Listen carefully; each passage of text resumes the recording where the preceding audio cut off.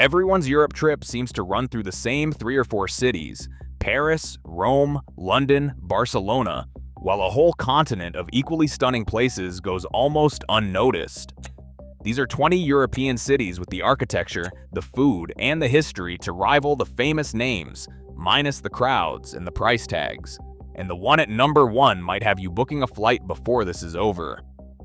We open the countdown at number 20 with Trieste, a port city tucked into Italy's far northeastern corner that feels only half Italian.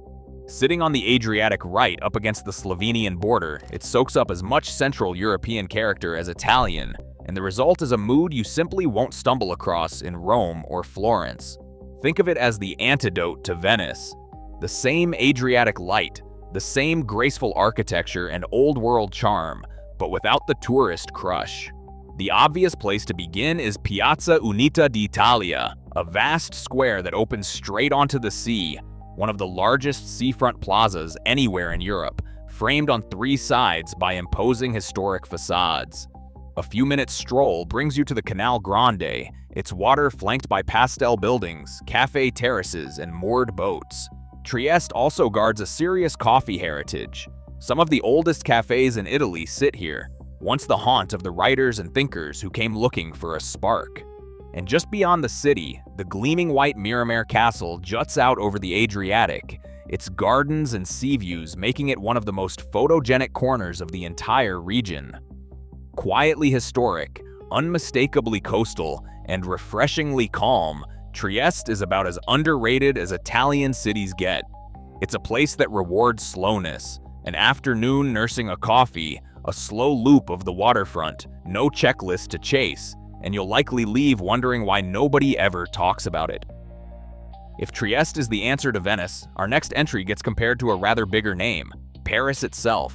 That's Lille, in the north of France, hard against the Belgian frontier, and visitors often describe it as a calmer, friendlier version of the French capital. What gives the city its own flavor is the double heritage, French and Flemish braided together, and you can read it in the bright architecture, the busy markets, and above all, the food. The heart of everything is the Grand Place, a handsome square ringed by ornate buildings and packed cafe terraces, and right beside it, the Old Bourse, the old stock exchange, shows off some of the finest Flemish Renaissance detailing you'll find anywhere. Slip into Vieux-Lille, the old quarter, and the centuries fall away. Cobbled lanes thread past little boutiques, bakeries, and snug restaurants where locals linger long after dark. For culture, the Palais des Beaux-Arts holds one of the biggest art collections in France outside the Louvre, wall to wall with European masters. But Lille's real draw isn't any single site. It's the easy, good-natured buzz of the place, the sort of city that all but invites you to slow your pace. It's one of the simplest weekend escapes going, too. Barely an hour from Paris or Brussels by fast train, which makes its near-total absence from most itineraries all the stranger. From France, we swing east to a country plenty of Americans still skip over even though it's quietly turned into one of Europe's most rewarding, Poland, and our next stop makes the case perfectly. Enter Wrocław at 18. Wander its streets and you may catch a tiny bronze figure gazing up at you from the pavement. You're not seeing things. Hunting down these little characters has become one of the great joys of the city. Hundreds of miniature dwarf statues are scattered everywhere, each with its own quirk. One perched on a windowsill, another shinnying up a lamppost, a third half hidden beside a doorway. Locals spun the whole thing into a citywide treasure hunt, and visitors take to it instantly. But the dwarfs are just the opening act. Wrocław's market square ranks among the largest and most vividly colored in Europe, hemmed in by lovingly restored townhouses and the mighty Gothic Old Town Hall, and it hums with cafes, buskers, and diners from morning till night. They call it the City of 100 Bridges, too, for the tangle of islands and channels running through it, and a walk along the water, over one old span after another, serves up some of the prettiest views around. Give Wrocław a little time and it's obvious why so many travelers leave smitten. Prices land far gentler here than in Western Europe as well. A proper sit-down meal, a good local beer, a night's stay, all for a fraction of what you'd pay for the same in Amsterdam or Paris. Most people who visit the Czech Republic pencil in exactly one city, Prague, and stop there. 2 hours down the road, though, sits a place a lot of Czechs will quietly insist is the better time, Brno, at 17. The nation's second city carries none of Prague's tourist congestion. It runs younger, looser, and more inventive, powered by a big student population and a cafe scene that never sleeps. Crowning the skyline is Spilberg Castle, perched above the rooftops with wide views over the city. Once a fortress, later a notorious prison, and all the darker and more interesting for it. Architecture is a genuine surprise here as well. The twin spires of the Cathedral of St. Peter and Paul Lord over the center, while on the edge of town, the sleek Villa Tugendhat stands as one of the landmark works of modern design in all of Europe. The core is small and walkable, its squares, restaurants, and old Czech pubs filling up late into the night. Relaxed, historic, and creatively charged, Brno is proof that the best finds often sit just past the famous name.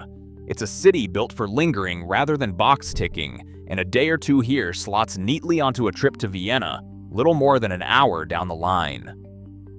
Picture grand boulevards, refined cafes, royal palaces, and the Alps floating on the horizon. Then picture that city barely registering on the average Italy itinerary. That's Turin at 16. Set in the country's northwest, near the French border, it was once the seat of the mighty House of Savoy and, briefly, the very first capital of a unified Italy, and that regal pedigree still shows in its broad avenues, stately squares, and lavish palaces. Nothing announces the city like the Mole Antonelliana, the soaring, oddly beautiful tower that's become Turin's emblem. Ride to the top, and the city spreads out beneath you with the Alps behind. Turin also lays fair claim to being a cradle of Italian cafe culture. Grand old coffee houses line its arcaded streets, where locals have gathered over espresso and pastries for generations. On the outskirts stands the colossal Baroque royal palace of Venaria, so vast it draws comparison to Versailles. Layer in a food scene that ranks with Italy's finest, and Turin starts to feel like one of the country's genuinely well-kept secrets. And because so few foreign visitors think to come, all that grandeur arrives without a single queue, a rare luxury in an Italian city this handsome. Next, we cross into Belgium, to a city that looks lifted straight from a medieval postcard yet somehow slips under most travelers' radar. Meet Ghent, at number 15. If old towns were judged on atmosphere alone, Ghent would be near the front of the pack, a fairy tale of a place that never quite gets the fuss lavished on Bruges or Brussels. Its magic is in how seamlessly the past folds into ordinary life.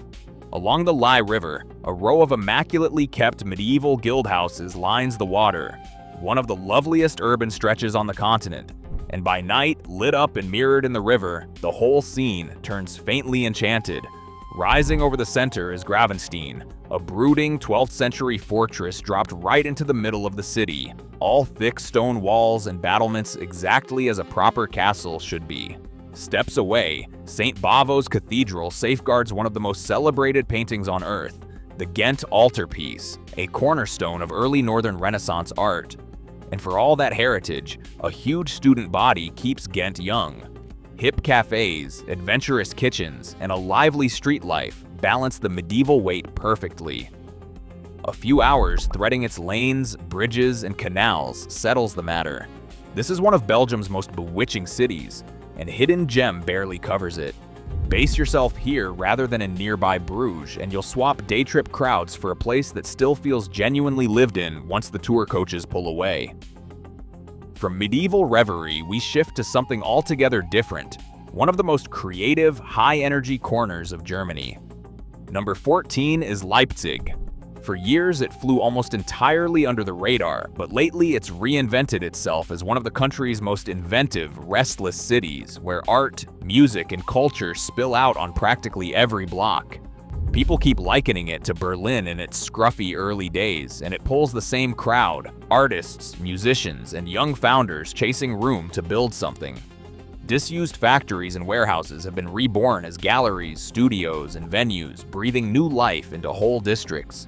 The best window onto that shift is Plagwitz, a former industrial quarter that's now one of the city's liveliest creative hubs. Its streets bright with murals, indie cafes, and galleries hung with work from all over. Leipzig's roots run deep, too, especially musically. Johann Sebastian Bach once served as a church musician here, and you can still hear classical works played in the very churches where he worked. Nearby looms the enormous Battle of the Nations monument, among the largest anywhere in Europe, raised to mark a decisive clash of the Napoleonic Wars. That fusion of heavy history and forward-leaning creativity is exactly what makes Leipzig such a thrill.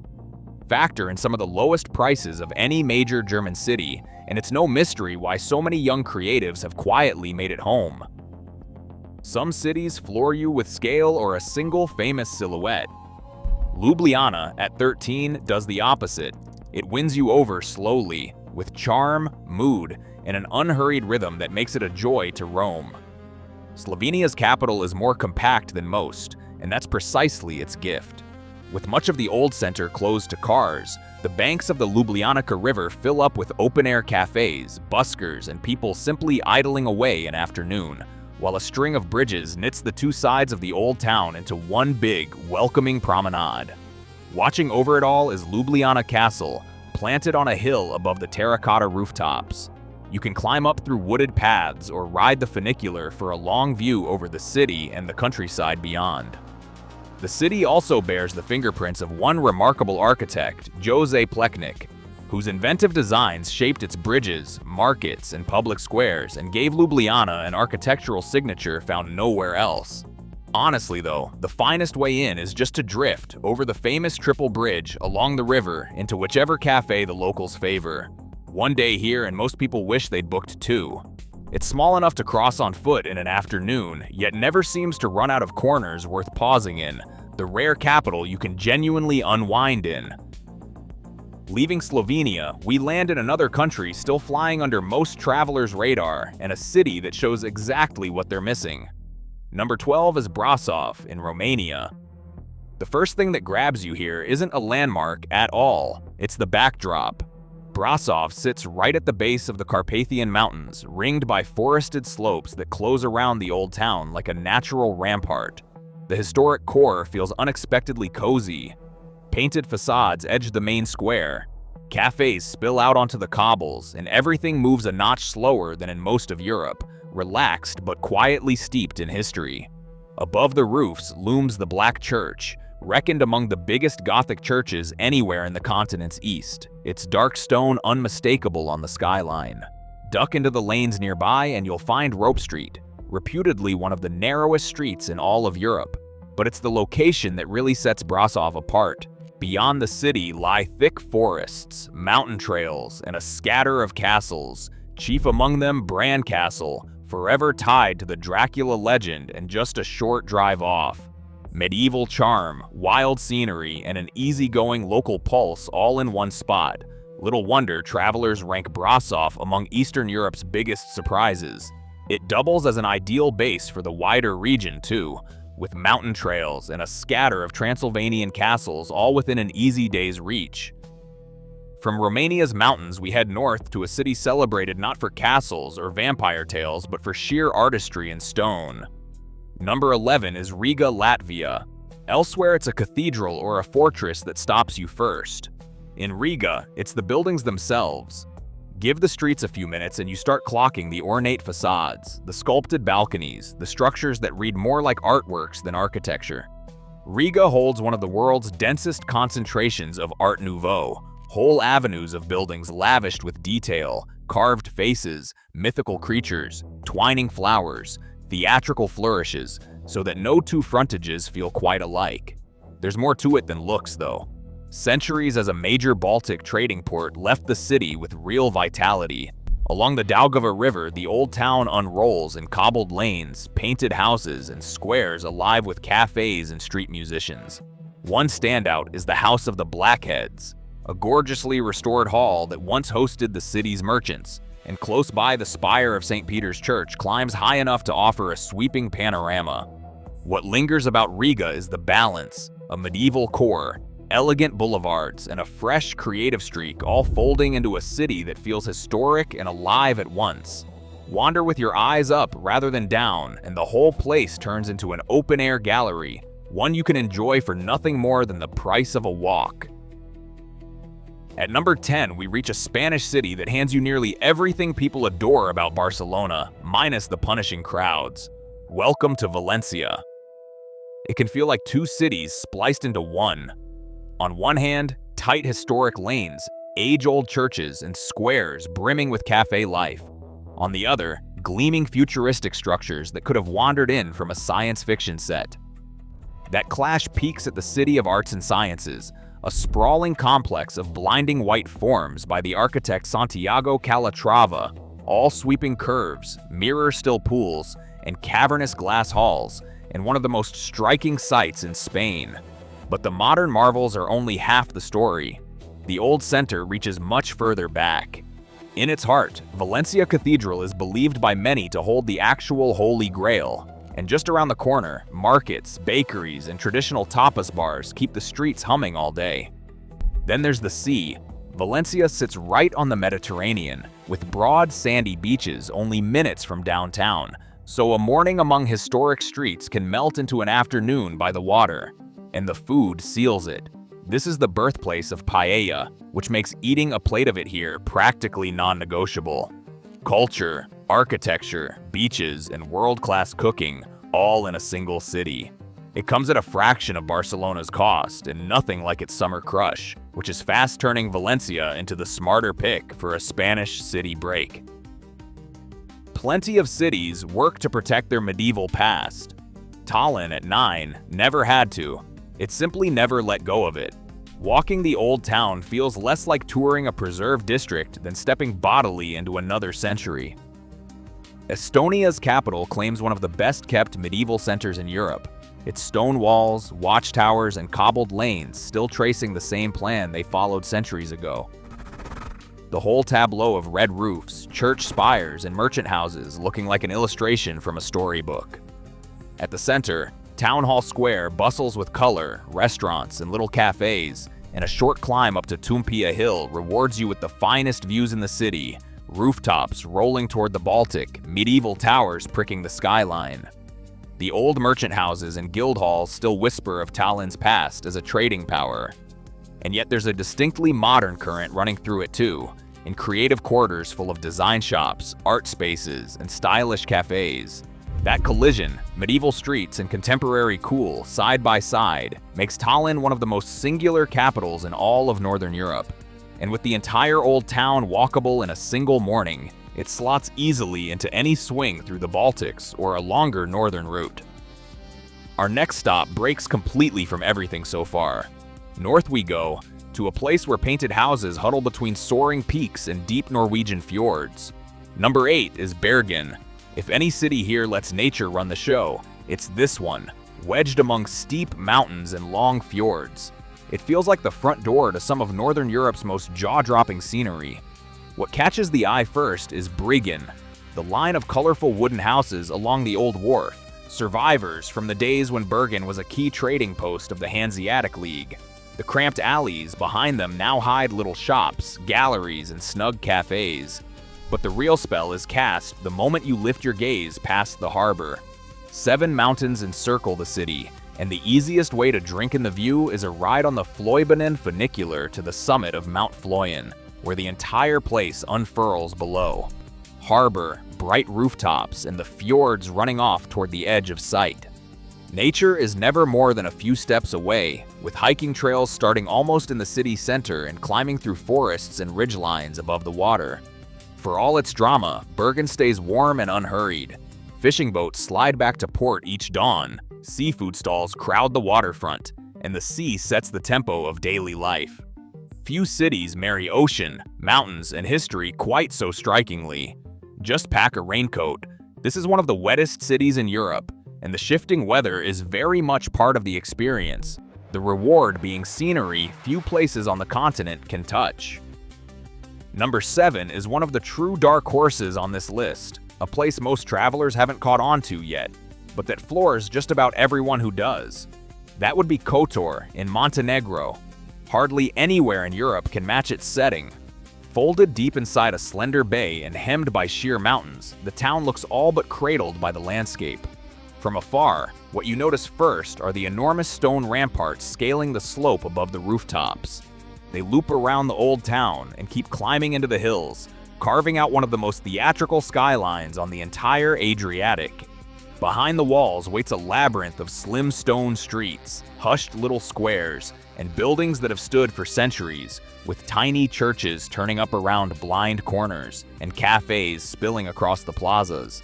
High overhead sits Kotor's fortress, reached by a long stairway zigzagging up the mountain. The climb is a workout, but the reward, the entire bay laid out between the peaks, red roofs strung along the shore, earns every step. Popular as it's becoming, Kotor still feels intimate next to Europe's better-known coastal towns. Poised between mountain and sea, it conjures a scene close to cinematic, where history and nature meet in a way you don't quickly forget. Come early in the day, or outside high summer before the cruise crowds land, and you'll have those ramparts and stone lanes very nearly to yourself. At number 6, we come to a city that looks almost implausibly perfect. Salzburg, cupped by alpine peaks and split by the Salzach River, is the kind of place where every corner seems staged for a postcard. Its historic center brims with graceful Baroque facades, tight lanes, and towering churches, a legacy so intact that the entire quarter carries UNESCO World Heritage status.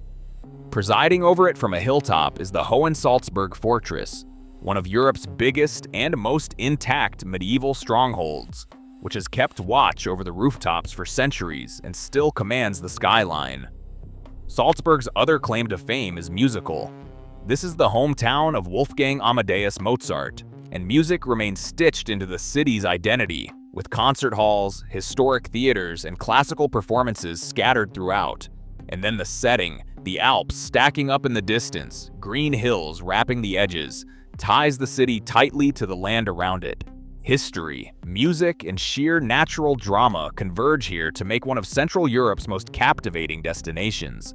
Fans of a certain movie musical will recognize half the scenery too, much of it filmed in and around the city.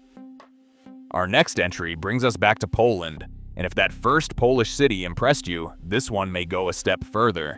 Number 5 is Gdansk. It doesn't read like a typical Baltic port at first glance. Instead of drab dockland, the old town brims with tall, richly colored merchant houses that look practically painted. Its centerpiece is the Long Market, a broad, handsome street lined with immaculately restored homes that once belonged to the city's wealthy traders, with the famous Neptune fountain standing dead center as a nod to Gdansk's bond with the sea. Drift a little toward the water and the feel changes. Along the Motlowa River, restaurants, historic vessels, and cafes line the promenade, watched over by the hulking Gdansk crane, a giant wooden contraption that once hoisted cargo onto ships from across the continent. History sits heavy here in the best way. For centuries, this was one of the Baltic's great trading ports, a crossroads for merchants continent-wide, and in modern times it lit a much larger fire, for it was in Gdansk that the Solidarity movement was born, the spark that ultimately toppled communist rule in Poland. To walk the city now is to feel both its seafaring roots and the restless drive of a place that keeps remaking itself. It's the natural gateway to Poland's Baltic coast, as well, with wide beaches and the breezy resort town of Sopot just a short hop up the shore. Some cities give up their beauty by degrees. Porto, at number 4, does no such thing. The instant you catch the tumble of colored houses stacked above the Douro, you'll want to stop and just look. Built across steep hillsides that pitch down to the river, this Portuguese city stacks red roofs, twisting lanes, and old churches into a slope that seems to pour toward the water, producing one of the most instantly recognizable skylines on the continent. Its beating heart is the Ribeira district, a snarl of narrow streets, pocket squares, and riverside cafes busy from morning to night. Spanning the water is the unmistakable Dom Luisthwer Bridge, a vast iron double-decker that's become a symbol of the city. From its upper deck, the view runs clear across the rooftops, church towers, and boats drifting along the Douro. Porto's other great fame, of course, is its wine. For centuries, barrels of sweet fortified port have been aged in the cellars of Vila Nova de Gaia just over the river. But past the wine and the picture-perfect angles, what makes Porto so easy to love is its relaxed, unpolished honesty. This is a city to be wandered, its hidden viewpoints stumbled upon, its pace set by the river itself. Cross the bridge's upper deck at least once near sunset when the whole hillside of houses glows gold above the water. Porto rewards a longer stay than most people give it. Into the top 3, and our next stop drops us in Andalusia, a city of orange trees, sun-baked plazas, and the pulse of flamenco. Number 3 is Seville. Here the day often seems to truly begin only as the sun goes down. Once the heat lifts, the streets swell with people. The squares wake up, and threads of talk and music wind through the old town's alleys. This is the soul of Andalusia, a region defined by fierce tradition, open warmth, and that unmistakable flamenco beat. And all over the city, you'll still catch the ring of a guitar and small, unforced performances that feel entirely real.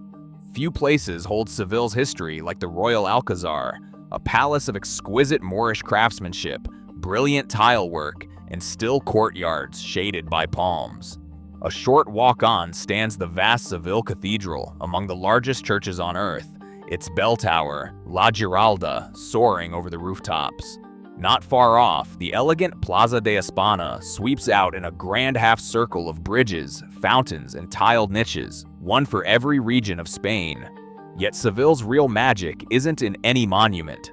It's the feel of the place, conversations running past midnight, cafes overflowing, streets made for aimless wandering. Here, the city itself becomes the main event.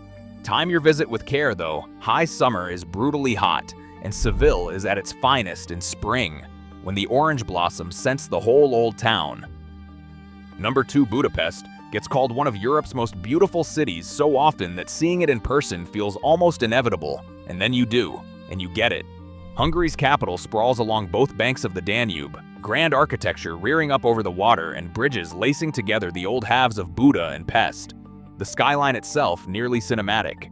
On the Pest bank rises the Hungarian Parliament building, among the biggest and most elaborate government houses on earth, its huge dome and fretted Gothic lines commanding the riverfront and turning flat-out spectacular under floodlight.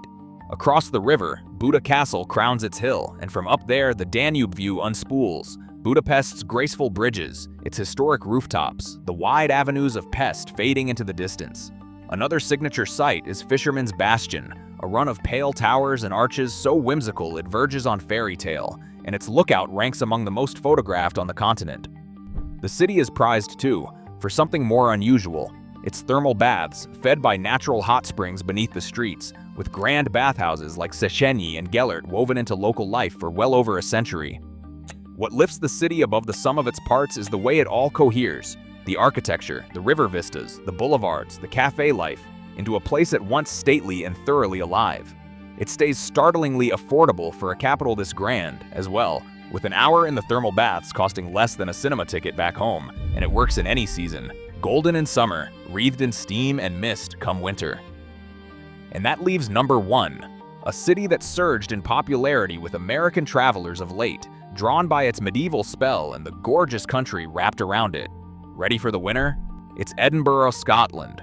Barely a skyline in Europe rivals it. Perched on a rugged plug of volcanic rock, Edinburgh Castle rules the view and stamps the Scottish capital with instant medieval gravity. The historic spine of the city, the Royal Mile, runs in worn stone between the castle and the palace of Holyrood House, and to walk it is to slip backward in time. Weathered buildings, slender closes, and centuries-old courtyards waiting around nearly every turn. The landscape shapes the mood as much as the history does. Hills swell up all through the city, opening viewpoint after viewpoint over the rooftops and the land beyond. Most storied of them is Arthur's Seat, an ancient volcanic summit you can hike for one of the grandest panoramas in all of Scotland. For all its old-world face, Edinburgh runs a lively modern life as well. It's known the world over for the Edinburgh Festival, among the biggest arts gatherings on the planet, which floods the city each summer with performers, comedians, and artists from everywhere. But what truly sets Edinburgh apart is simply how the place feels. The stone streets, the castle brooding overhead, the sweep of dramatic land, all fusing into an atmosphere that seems to stand outside of time. It's a city that stays lodged in you long after you've gone. Come in August and the whole place becomes the festival, Come any other month and those same streets are far quieter and every bit as spellbinding. And there's the countdown, 20 European cities proving you never had to join the queue at the Eiffel Tower or the Colosseum to find the continent at its most beautiful. Skip the obvious names, point yourself somewhere unexpected, and Europe opens up all over again. Now the only real question is which of these 20 you book first.